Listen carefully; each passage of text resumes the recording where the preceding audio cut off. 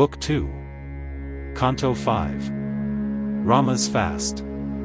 Then Saint Vasishtha to the king came ready at his summoning. "Now go," exclaimed the monarch, "thou enriched by fervent rite and vow, for Rama and his wife ordain the fast, that joy may bless his reign."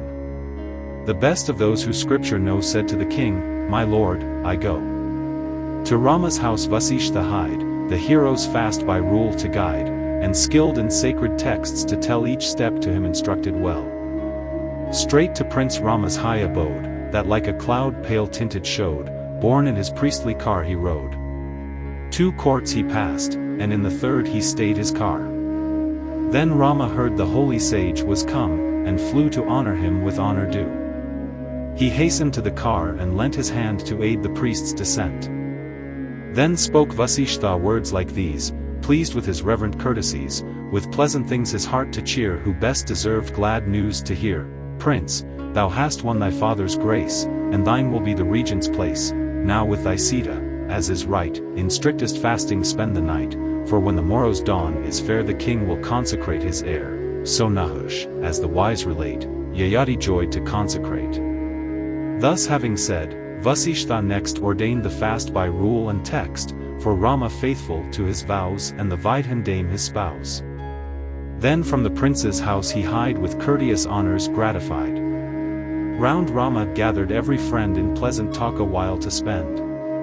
He bade good night to all at last, and to his inner chamber passed. Then Rama's house shone bright and gay with men and maids in glad array, as in the morning some fair lake when all her lotuses awake, and every bird that loves the flood flits joyous round each opening bud. Forth from the house Vasishtha drove, that with the kings in splendor strove, and all the royal street he viewed filled with a mighty multitude. The eager concourse blocked each square, each road and lane and thoroughfare, and joyous shouts on every side rose like the roar of ocean's tide, as streams of men together came with loud huzzah and glad acclaim. The ways were watered, swept and clean, and decked with flowers and garlands green, and all Ayodhya shone arrayed with banners on the roofs that played. Men, women, boys with eager eyes, expecting when the sun should rise, stood longing for the herald ray of Rama's consecration day, to see, a source of joy to all, the people-honored festival. The priest advancing slowly through the mighty crowd he cleft in two, near to the monarch's palace drew. He sought the terrace, by the stair, like a white cloud peak high in air, the reverend king of men to meet who sate upon his splendid seat. Thus will Vrihaspati arise to meet the monarch of the skies. But when the king his coming knew, he left his throne and near him drew. Questioned by him Vasishtha said that all his task was duly sped.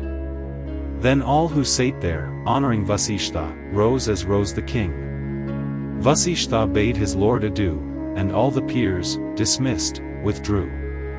Then as a royal lion seeks his cave beneath the rocky peaks, so to the chambers where abode his consorts Dasaratha strode. Full thronged were those delightful bowers with women richly dressed, and splendid as the radiant towers where Indra loves to rest. Then brighter flashed 1,000 eyes with the light his presence lent, as, when the moon begins to rise the star-thronged firmament.